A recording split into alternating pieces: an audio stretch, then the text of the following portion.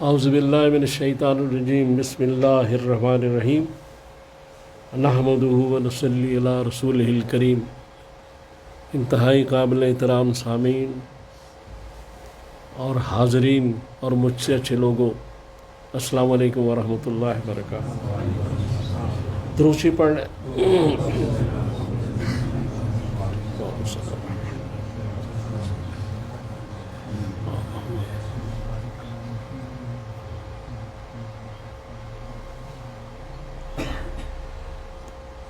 آج جو بات کریں انشاءاللہ وضو کے بارے میں، کہ وضو ایک بڑی اہم چیز ہے اور اس کے بعد سارے کام ہوتے ہیں، نماز، دوسری چیزیں۔ تو پہلے تو وضو کا جو طریقہ ہے وہ میرا خیال ہے آپ سب جانتے ہیں۔ ہاتھوں کو دھونا، 3 دفعہ کلی کرنا، ناک میں پانی ڈالنا، چہرے کو دھونا 3 دفعہ، دائیں بازو کو کونی تک، بائیں بازو کونی تک، سر کا مسا کم از کم چوتھائی حصہ، اور اس کے بعد پاؤں جو ٹخنوں تک۔ تو آپ سب کے علم میں ہے۔ اصل بات یہ ہے کہ وضو شروع کرنے سے پہلے نیت اور بسم اللہ الرحمن الرحیم یہ ضروری ہے،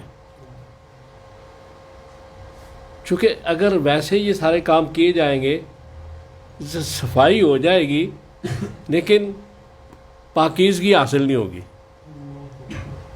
اللہ کے نام کے بغیر۔ پہلے بسم اللہ پڑھیں، نیت کریں اور اس کے بعد وضو۔ تو اس میں جو رسول اللہ صلی اللہ تعالیٰ علیہ وسلم دعا اکثر پڑھتے تھے وہ یہ تھی کہ اللہم اغفر لی ذنبی ووسع لی فی داری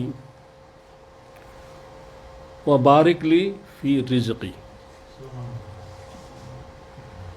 کہ یا اللہ تعالیٰ، یعنی ہمیں یہ سکھا رہے ہیں حضور کہ یا اللہ تعالیٰ میرے سارے گناہ معاف کر دے اور مجھے کشادہ مکان عطا فرما اور مجھے رزق میں برکت عطا فرما۔ اب یہاں دیکھیں کہ حضور فرما رہے، یہ دعا اکثر حضور وضو کے دوران پڑھتے تھے، اور دوسرا جو ذکر تھا حضور کا وہ تھا اشہد ان لا الہ الا اللہ و اشہد ان محمد عبدہ و رسولہ، وضو کے بعد۔ اب اس میں غور طلب بات یہ ہے کہ آپ اس دعا میں سب سے پہلے تو یہ ہمیں سکھا رہے ہیں کہ اللہ سے معافی مانگو، پھر سکھا رہے ہیں کہ کشادہ مکان طلب کرو، چونکہ سورہ نحل کی آیت نمبر 80 میں کہا گیا، اللہ تعالیٰ نے فرمایا کہ یہ جو گھر ہے یہ تمہارے لیے سکون کی جگہ ہے۔ لہذا کشادگی کا مقصد، مکان کی کشادگی کا مقصد بڑا یہ چھوٹا مکان نہیں، بڑا مکان ایک نعمت ضرور ہے، ایک اور حدیث میں کہا گیا، لیکن اس سے اصل مراد یہ ہے کہ سکون ہو جب آدمی گھر میں جائے۔ بہت بڑا مکان ہے، 8 کنال کا یا 4 کنال کا، آدمی گھر میں داخل ہوتا ہے اور پہلا سامنا ہی اس کی بیوی سے ہوتا ہے جس کے مزاج ذرا ٹھیک نہیں ہے، تو سکون تو برباد ہو گیا۔ اس کے بعد بچے جو ہیں وہ اگر صحیح ہو، گھر میں ماحول صحیح ہو تو پھر گھر کا سکون ہوتا ہے۔ تیسری بات آپ نے فرمائی اسی دعا میں کہ وبارک لی فی رزقی، کہ یا اللہ تعالیٰ میرے رزق میں برکت عطا فرما۔ یہاں بھی یہ بڑی خوبصورت بات ہے کہ رسول اللہ صلی اللہ علیہ وسلم نے ہمیں سکھایا کہ زیادہ نہ مانگنا، نہ کم مانگنا یا زیادہ مانگنا، برکت مانگنا، کیونکہ اصل مانگنے کی چیز برکت ہے. اگر برکت مل گئی تو کم بھی زیادہ ہو جائے گا. اگر برکت مکان میں مل گئی تو تنگ مکان بھی سکون دے دے گا. تو سب سے پہلے رسول اللہ صلی اللہ علیہ وسلم نے فرمایا جو کہ معافی مانگو گناہوں کی.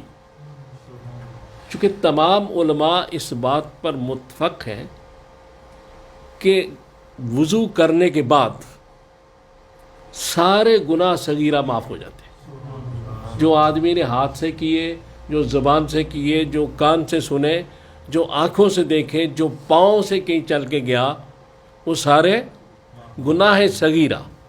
کبیرہ معاف نہیں ہوتے کیونکہ کبیرہ کی شرط ہے کہ اس کے لیے توبہ کرنی پڑتی. تو اس نے پہلے ہی توبہ فرما دی کہ توبہ کر لو تاکہ نماز تک پہنچنے تک تمہارے صغیرہ کبیرہ دونوں گناہ معاف ہو جائیں. اور بالکل پاک ہو کے، ہر گناہ سے پاک ہو کے اس پاک ذات کے سامنے کھڑے ہو، اس قدوس کے سامنے کھڑے ہو جاؤ پاک ہو کے. تو وضو کیا ہے؟ وضو ڈرائی کلیننگ ہے. آدمی کو ڈرائی کلین کر دیتا ہے، واش کر دیتا ہے، صاف کر دیتا ہے. تو یہاں رسول اللہ صلی اللہ علیہ وسلم یہ بات سمجھا رہے ہیں کہ صرف صفائی ضروری نہیں، پاکیزگی بھی. تو پاکیزگی کیا ہے؟ پاکیزگی اللہ کے نام کے ساتھ، وہ دعا پڑھنے کے ساتھ. وضو تو ہو جائے گا، نماز بھی ہو جائے گی، وضو ٹھیک بھی ہو جائے گا، یہ دعا نہ بھی پڑھے، لیکن اگر یہ دعا پڑھ لی جائے تو اس میں زیادہ برکت ہوگی. بزرگان دین نے کچھ اور دعائیں بھی حضور سے ہی منقول کی ہیں، لیکن رسول صاحب نے وہ دعائیں جو ہیں وہ وضو کے دوران نہیں پڑھی، لیکن اکثر اوقات پڑھی ہیں. جو بزرگان دین نے یہ لکھا ہے کہ یہ وضو کے ساتھ پڑھا کرو، جب کلی کرو تو یہ دعا پڑھو، جب ناک میں پانی ڈالو یہ دعا پڑھو، جب چہرے، وہ ساری ٹھیک ہے، وہ بھی پڑھنی چاہیے. لیکن رسول صاحب سے یہ دعا ثابت ہے جو میں نے پہلے پڑھی ہے. اب اس کے بعد یہ ہے کہ اگر حضور یہ فرما رہے ہیں کہ اس طرح وضو کرو پھر اللہ کے سامنے کھڑے ہو جاؤ.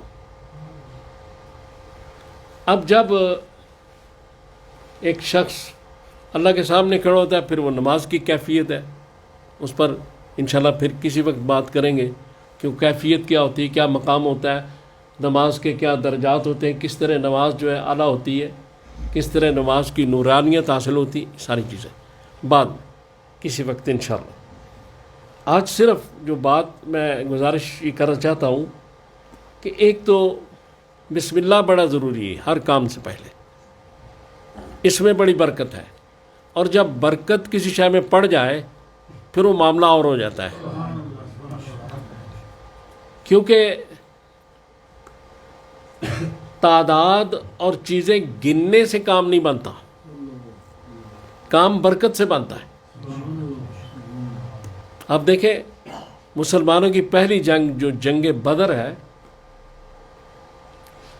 اس میں ایک طرف 313 وہ لوگ ہیں کہ جو بابرکت ہیں، اور دوسری طرف وہ لوگ ہیں جو ناپاک ہیں. تو برکت والے لوگوں نے کیا کیا؟ جنگ احد میں برکت والے لوگوں کو نقصان اس لیے اٹھانا پڑا کہ اتباع رسول سے ہٹ گئے. حضور نے جو فرمایا تھا وہ نہیں کیا. تو اتباع رسول کے ساتھ ہی برکت ہے. تو یہ باب برکت ہستیاں 313 انہوں نے منہ پھیر دیا ان کا. اب صفائی کیا ہے، پاکیزگی کیا ہے؟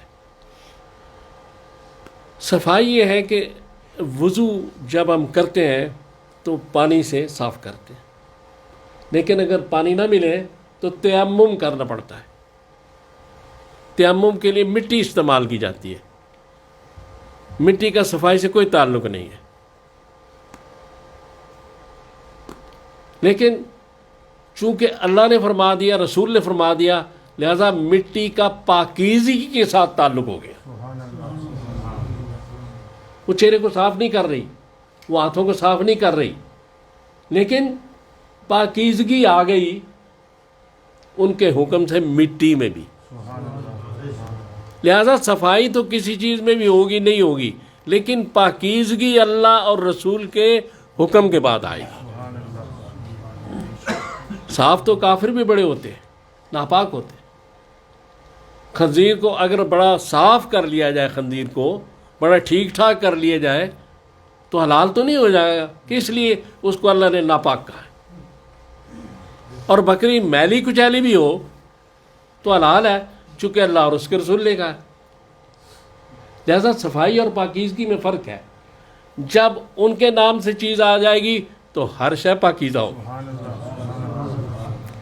تو اس لیے اللہ تعالیٰ سے دعا کریں کہ اللہ تعالیٰ مجھے اور آپ کو توفیق عطا فرمائے کہ میں نے جو باتیں کی ہیں ہم ان پہ عمل کر سکیں.